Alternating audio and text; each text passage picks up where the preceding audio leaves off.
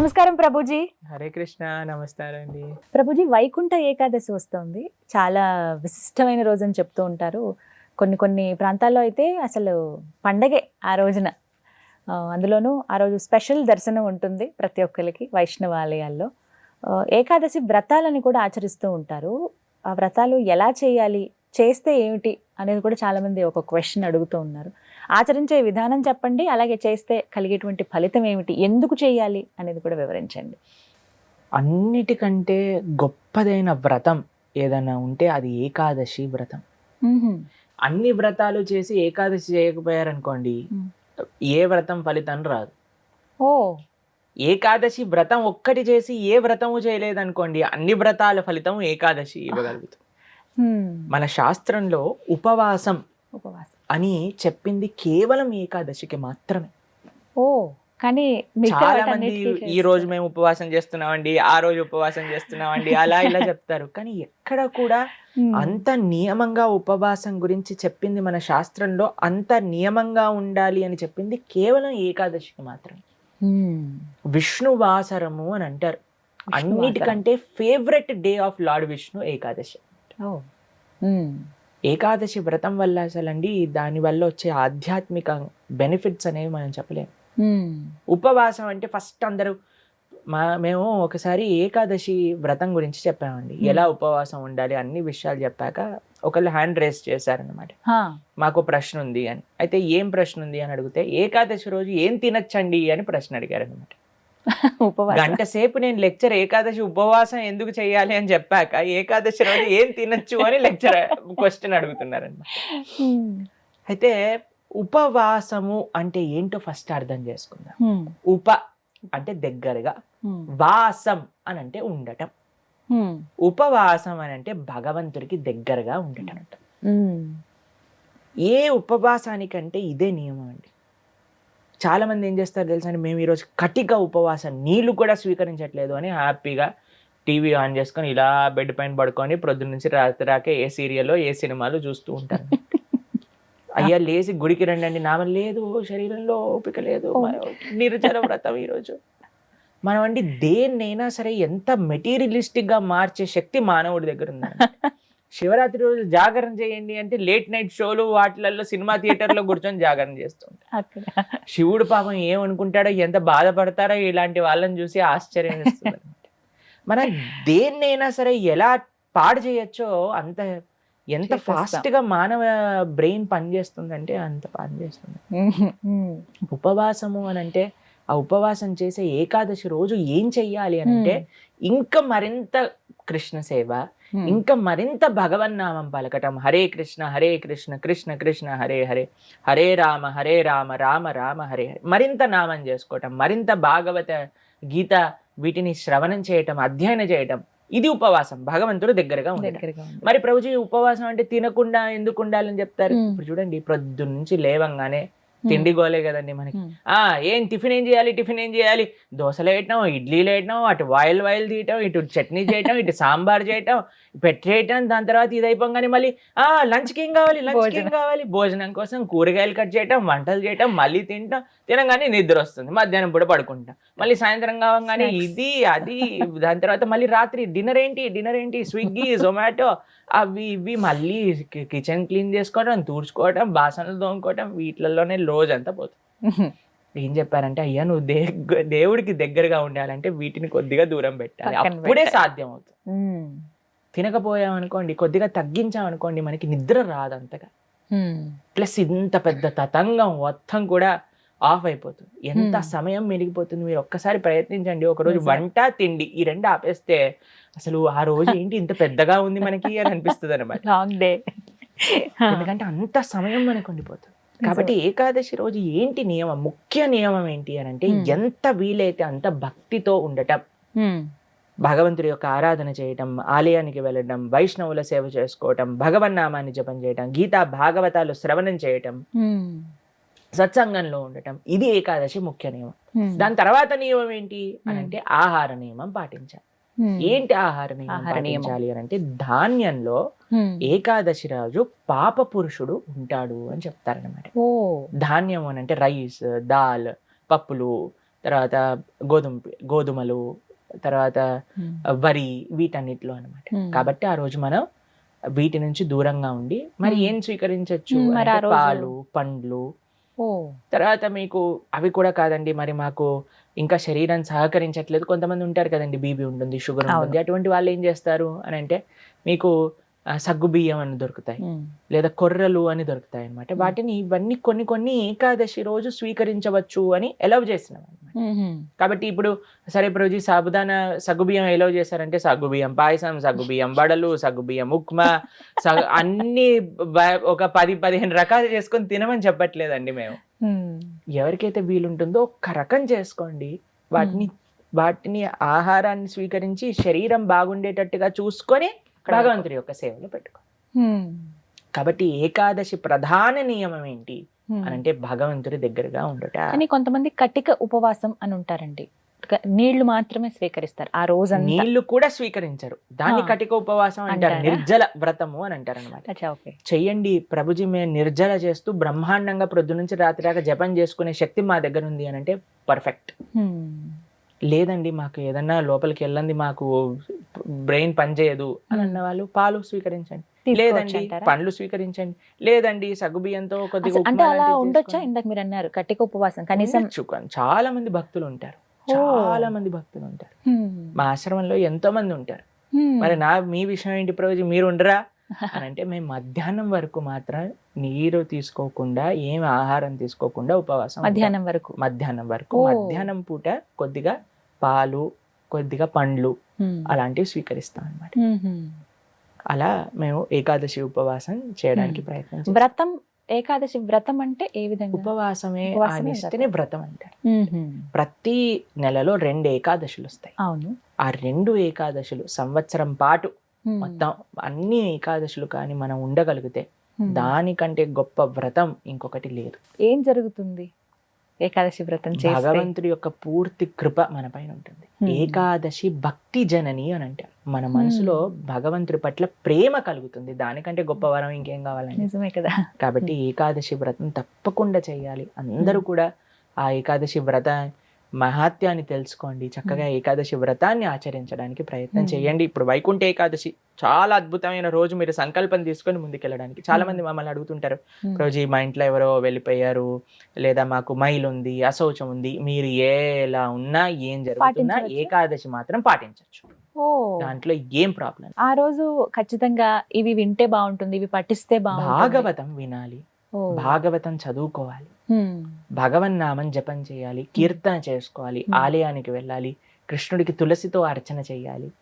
ఇవన్నీ ఏకాదశికి చాలా మంచి. ఆ రోజున ప్రత్యేకించి ఉత్తర ద్వార దర్శనం ఉంటుంది. అవును, వైకుంఠ ద్వార దర్శనము అని అంటారు. అన్ని ఆలయాలలో మనకి కలుగుతుంది, చక్కగా దర్శనం చేసుకొని.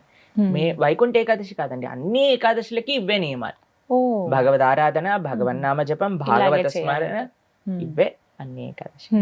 కాబట్టి తప్పకుండా ప్రతి ఒక్కళ్ళు చేయాల్సిన వ్రతం ఏకాదశి వ్రతం. ఎవరైనా ఆచరించవచ్చు, ఏ వయసు వాళ్ళైనా కూడా చేయవచ్చు, చేయదగింది అని అంటే కనుక. ఎస్, చేయగలమన్న ఓపిక ఉండాలి, ఆ ఆసక్తి, ఆ నిష్ట ఉంటే ఖచ్చితంగా ఎవరైనా పాటించవచ్చు అంటారు. కొత్త సంవత్సరంలో మేము ఎలా ఉండాలి మీ మాటల్లో? మా వరకు వస్తే మాకు న్యూ ఇయర్ కి ఇంకొద్దిగా సమయం ఉంది.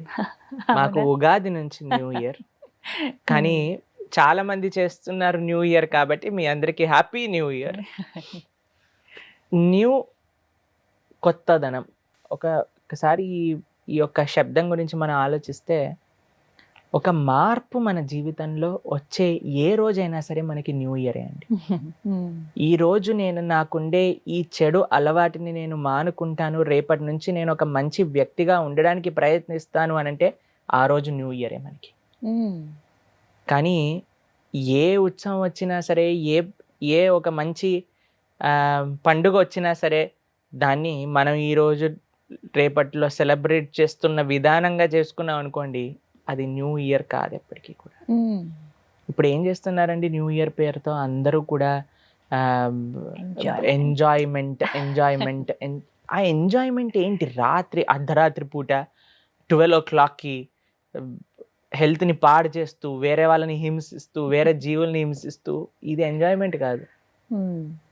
ఎంజాయ్మెంట్ అనేది, అందుకే మనం చెప్తాం మన సంస్కృతిలో మన సాంప్రదాయంలో రోజు తెల్లవారుజాము నుంచి స్టార్ట్ అవుతుంది. కౌంట్ చేసుకుంటాం అక్కడి నుంచి మనం. మీరు రాత్రంతా సూర్యోదయం. కూడా మీరు ఎంజాయ్మెంట్ చేస్తూ ప్రొద్దున పూట ఎప్పుడో 10-15 గంటలకు నేర్చారనుకోండి, అప్పుడు తర్వాత ఏమవుతుందంటే ఇయర్ మొత్తం కూడా మీరు అలానే ఉంటారు. డిసిప్లిన్ అనేది మనకు అవసరం అండి.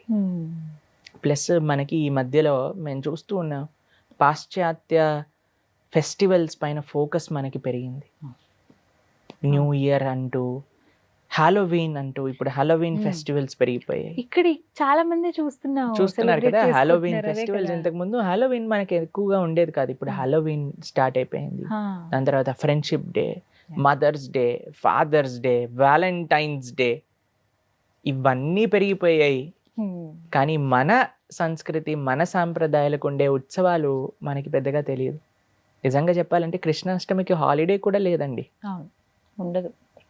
భగవంతుడు మనకి ఆరాధ్య దైవమైన రాముడు, కృష్ణుడు, వాళ్ళ ఉత్సవాలకి మాత్రం మనకి తెలియదు. చాలా మంది కృష్ణుడు, నేను చాలా మంది అడుగుతామండి ఈ మధ్య యూత్లో, కృష్ణుడు ఎక్కడ పుట్టారో తెలుసా, కృష్ణుడు యొక్క తల్లిదండ్రులు ఎవరో తెలుసా, తెలియదండి వాళ్ళకి. కానీ న్యూ ఇయర్ తెలుసు, వ్యాలంటైన్స్ తెలుసు, హాలోవీన్ తెలుసు, హాలోవీన్లో ఎలా డ్రెస్ చేసుకోవాలో తెలుసు. ఇవన్నీ ఎలా తెలుస్తున్నాయి అని అంటే ఏం మనం నేర్పిస్తున్నాం, దేనికి మనం ప్రయారిటీ ఇస్తున్నాం. న్యూ ఇయర్ రెజల్యూషన్ అని మీరు అన్నారు. చాలా మంది అనుకుంటారు నేను న్యూ ఇయర్ ఈ రోజు ఎంజాయ్ చేస్తా, దాని తర్వాత నేను డిసిప్లిన్డ్గా ఉంటా. ఒకసారి ఒక జిమ్కి వెళ్ళారనమాట, ఒక ఆయన మొత్తం నిండిపోయింది. అయితే ఏంటబ్బా ఇంతమంది ఉన్నారు ఏంటి అయ్యా, జిమ్లో ఎక్సర్సైజ్ చేయడానికి ప్లేస్ లేదు అని అంటే, అయ్యా మీరు 1 జనవరికి వచ్చారు, మీరు 10th జనవరికి రండి, అప్పుడు ఖాళీ అయిపోతుంది అని అన్నారనమాట. ఎందుకంటే ఇప్పుడే వీళ్ళందరూ న్యూ ఇయర్ రెజల్యూషన్లు తీసుకున్నారు, 10 రోజులలో వాళ్ళ ఇంథూజియాజం అంతా పట్టు అయిపోతుంది, దాని తర్వాత మీరు బ్రహ్మాండంగా రండి అని. కానీ నిజం ప్రభుజీ, చాలా మంది, ఈవెన్ నేను కూడా అందులో ఉంటానేమో, ముందు ఆరంభ శూరత్వం అంటారు కదా, ఫస్ట్ ఉంటుంది ఎలా అయినా చేసేయాలి, మనం చేద్దాము డెఫినెట్ గానీ, తర్వాత అలా నీరు గారిపోతుంది.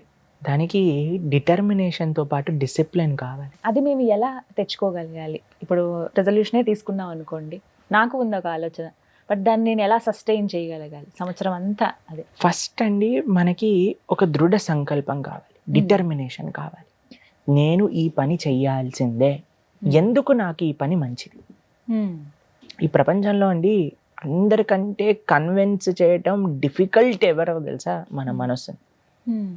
మన మనసుకి మాత్రం మనం కన్విన్స్ చేయగలిగితే ఇది నాకు కావాలి, నిజం ప్రభుజీ, అదైతే ఇది నేను చెయ్యాలి అని అనుకుని మన మనసుకి కానీ మనం చెప్పగలిగితే, దానికంటే అది ఒక్కసారి కన్విన్స్ అయిపోయింది అనుకోండి, ఇంకెవరు మనల్ని ఆపలేరు. కానీ ఎలా కన్విన్స్ చేయాలి, ఎలా మనకి ఆ డిటర్మినేషన్ ఉండాలి అనే దానికి కొన్ని ప్రాక్టికల్ విషయాలు చెప్తానండి. ఎప్పుడు ఒంటరిగా సంకల్పాలు తీసుకోకండి, ఒక ఫ్రెండ్తో తీసుకోండి, ఒక పార్ట్నర్తో తీసుకోండి. ఇప్పుడు మనం మర్చిపోతే ఆయన గుర్తు చేస్తారు, ఆయన మర్చిపోతే మనం గుర్తు చేస్తాం. కాబట్టి మేము కూడా ఆశ్రమంలో ప్రొద్దున పూట ఎప్పుడైనా మాకు సేవ్ ఉండి ప్రొద్దున పూట లేవాలి 2 గంటలకి 3 గంటలకి అన్నప్పుడు మేము ఏం చేస్తాం, అలారం పెడతాం. అలారంతో పాటు ఇంకొకరికి చెప్పి పెడతాం అనమాట. ఎందుకంటే మన మనసు ఏముందండి, ఇలా బటన్ నొక్కేసరికి అది అలారం ఆగిపోతుంది, స్నూజ్ అని నొక్కంగానే అది టైం అయిపోతుంది. మన మనస్సు కంటే మనం డిపెండ్ అయ్యేది ఇంకొక పర్సన్. కాబట్టి మా ఫ్రెండ్స్ కి ఎప్పుడైనా చెప్తాం, మేము ఆశ్రమంలో అందుకే సత్సంగం ముఖ్యం. అందుకే మేము చెప్పేది డిసిప్లిన్డ్ పీపుల్ తో ఉంటేనే డిసిప్లిన్ వస్తుంది. చాలా మంది ఏమనుకుంటారు, మేము డిసిప్లిన్డ్ గా ఉంటామండి, కానీ మాతో ఉండే వాళ్ళు డిసిప్లిన్డ్ గా లేరు అన్నప్పుడు మనం ఎప్పటికీ డిసిప్లిన్ రాదు మనకి. అందుకే లైక్ మైండెడ్ ఫ్రెండ్షిప్ అనేది మేము ఫస్ట్ నుంచి సత్సంగం యొక్క మహాత్యం ఎందుకు చెప్తున్నాం అంటే ఇందుకోసం. మనం తప్పు దారి పట్టినా సరే ఎవరో ఒకళ్ళు మనం లాగి తీసుకొస్తారు మన దగ్గర. అలాంటి వాళ్ళు దొరకడం చాలా అదృష్టం ప్రభుజీ, చాలా అదృష్టం. అలాంటి వాళ్ళ కోసం మనం ఎతకాలి జీవితాల్లో. వాళ్ళని ఎప్పుడు కూడా మన జీవితంలో నుంచి దూరం పెట్టకూడదు. సో ఏదైనా రెజల్యూషన్ తీసుకుంటే ఫ్రెండ్స్ తో కలిసి తీసుకోండి. అందరూ ఒక గ్రూప్ గా, ఇప్పుడు చెత్త పనులు చేయడానికి అన్నిటికీ గ్రూప్ ఫార్మ్ చేస్తారు కదా, అలానే మంచి పనులు చేయడానికి కూడా ఒక గ్రూప్ ఫార్మ్ చేయండి. కాబట్టి వాళ్ళతో పాటు చేయండి, అప్పుడు it will become more easy అన్నమాట. గుర్తు చేస్తూ ఉంటారు. కాబట్టి మా యొక్క ప్రార్థన మీ అందరికీ ఏంటి అని అంటే, ఎలా ఉండాలో బాధ్యతగా ఉండటం నేర్చుకోండి. Life is not just about enjoyment. ఒక ఇయర్ వెళ్ళిపోయింది అని అంటే ఒక్కసారి వెనకాల తిరిగి పరిశీలన చేసుకోండి. ఒక 1 yearలో నేను సాధించింది ఏంటి, నేను ఏ విధంగా ముందుకు వెళ్ళగలిగాను జీవితంలో.